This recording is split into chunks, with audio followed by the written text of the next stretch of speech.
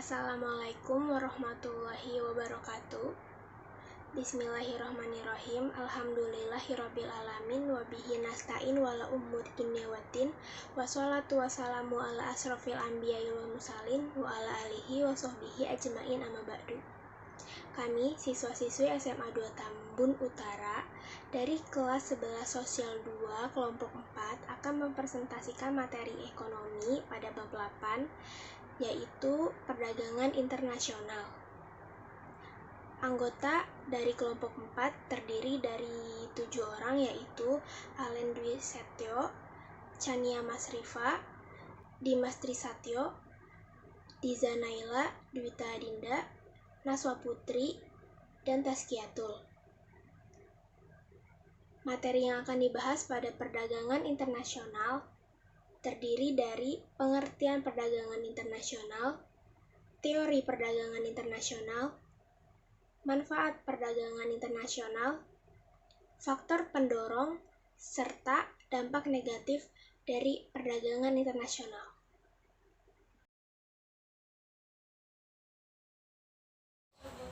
Perkenalkan, nama saya Diza Naila Nurhaliza.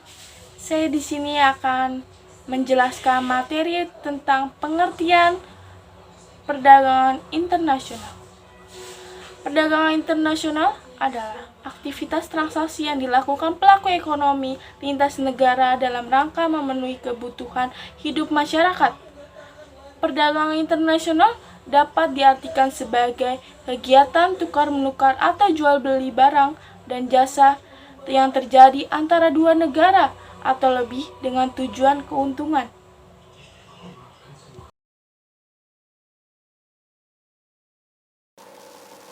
Perkenalkan, nama saya Naswa Putri Wibowo. 1. Teori keunggulan mutlak. Pada teori keunggulan mutlak dijelaskan bahwa perdagangan secara internasional akan memberikan keuntungan pada suatu negara dengan syarat negara yang melakukan produksi menetapkan harga lebih rendah dan dibandingkan dengan harga yang telah ditetapkan di negara lain. Misalnya, produksi negara A menentukan 5 sabun per jam, sementara itu di negara B 2 sabun per jam. Kemudian untuk sampo, negara A memproduksi 3 sampo per jam dan negara B 7 sampo per jam. Kenapa terjadi perbedaan? Karena di negara A terjadi efektivitas serta efisiensi produksi sabun, berbeda dengan negara B yang kurang efektif. Begitu sebaliknya untuk sampo, negara B lebih efektif. Nama saya Chania Masrifa Hadis. 2. Teori keunggulan komparatif. Adanya teori keunggulan komparatif yaitu suatu negara tidak mempunyai keunggulan secara mutlak pada produksi barang. Pada suatu negara bisa melakukan perdagangan secara internasional, yaitu memilih barang yang paling efektif dan efisien untuk proses produksi. Pada contoh ini misalnya, bahwa di negara A, produksi sabun bisa 5 sabun per jam, sementara di negara B hanya 2 sabun per jam. Kemudian untuk sampo, negara A untuk sampo bisa menghasilkan 2 sampo per jam, dan negara B 2 sampo per jam. Bisa dikatakan sama-sama memiliki efisiensi. Namun di negara A, bahan baku sampo lebih mahal, jadi negara B tetap dianggap efisien dalam produksi.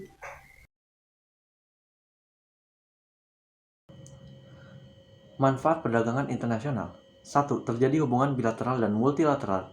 Hubungan bilateral yaitu hubungan yang dilakukan antara dua negara, tentunya saling menguntungkan dalam melakukan perdagangan secara internasional.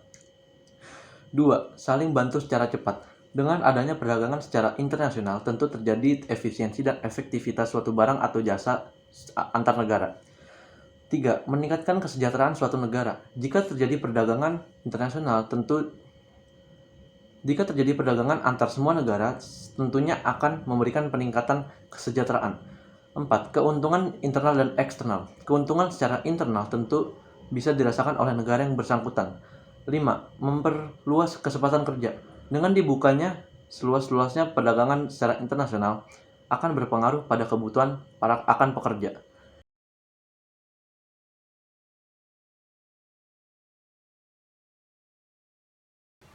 Tazkiyatul Awaliyah.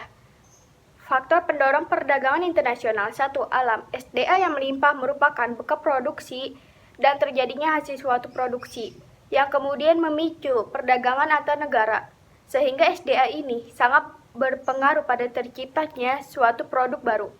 2. Perbedaan faktor produksi.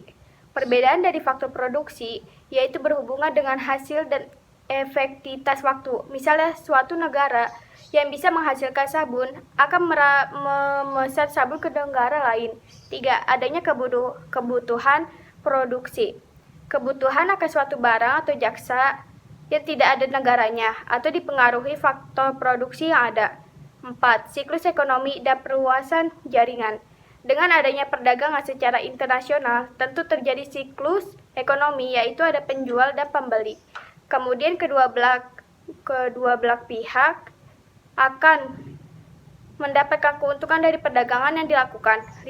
Keinginan saling bekerja sama. Hal lain yaitu dipicu dari keinginan antar negara untuk saling bekerja sama. Kerjasama ini pula dilakukan guna mensejahterakan masyarakat secara umum dan negara pada khususnya.